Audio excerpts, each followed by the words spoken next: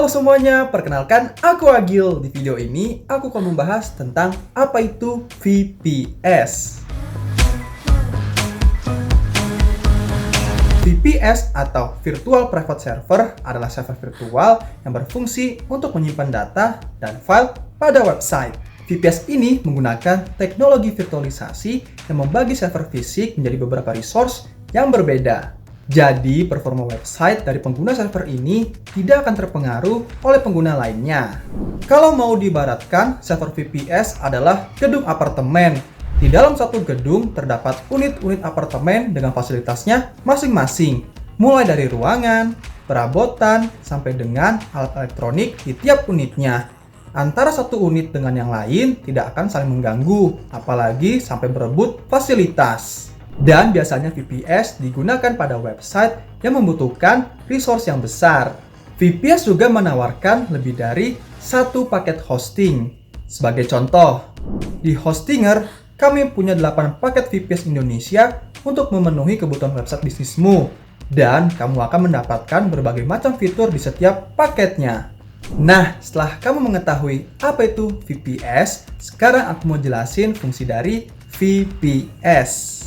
Pertama, web hosting. Salah satu fungsi VPS adalah sebagai web hosting atau tempat menyimpan data dan file website. Nah, VPS juga menyediakan resource yang cocok bagi situs website dengan traffic yang tinggi. Resource di sini bisa dibilang pas. Tidak terlalu besar sampai harus menggunakan server pribadi, tapi juga tidak kecil seperti menggunakan share hosting. Kedua, game server. VPS juga dapat berfungsi sebagai game server loh. Lewat server pribadi ini, kamu jadi bebas melakukan berbagai hal yang berkaitan dengan game online. Misalnya, menginstal game dan mengatur permainan online sendiri, membuat koneksi khusus untuk bermain game agar tidak lag, dan menghindari pihak ketiga atau third party agar privasi lebih terjamin. Ketiga, VPS sebagai layanan VPN. VPN atau Virtual Private Network adalah jaringan pribadi yang terhubung ke internet. Lewat VPN, kamu bisa menyembunyikan identitas kamu saat mengakses internet. VPN juga digunakan untuk membatasi akses orang-orang dari jaringan internet tertentu. Itulah mengapa VPN banyak digunakan oleh perusahaan atau organisasi. Tujuannya agar proses menyimpan dan bertukar data menjadi lebih aman. Dan data yang bersifat sensitif tidak akan bisa dilihat pengguna lain yang tidak memiliki akses ke VPN tersebut. Terakhir, backup data. Mungkin kamu sudah tahu, semua server rentan mengalami kehilangan data, entah karena filenya rusak, terhapus, salah konfigurasi, atau bahkan dicuri.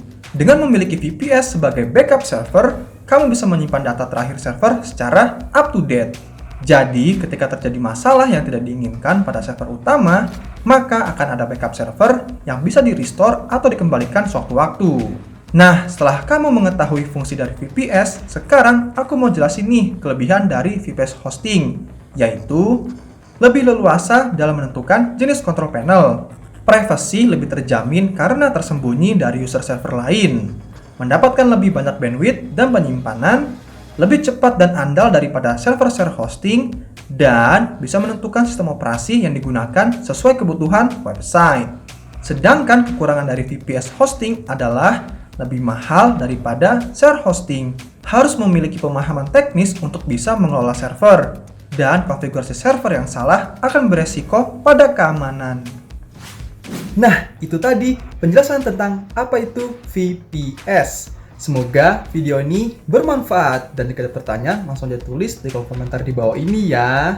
Jangan lupa juga untuk like, subscribe, dan nyalakan notifikasinya juga ya. Sampai jumpa di video berikutnya. Bye-bye!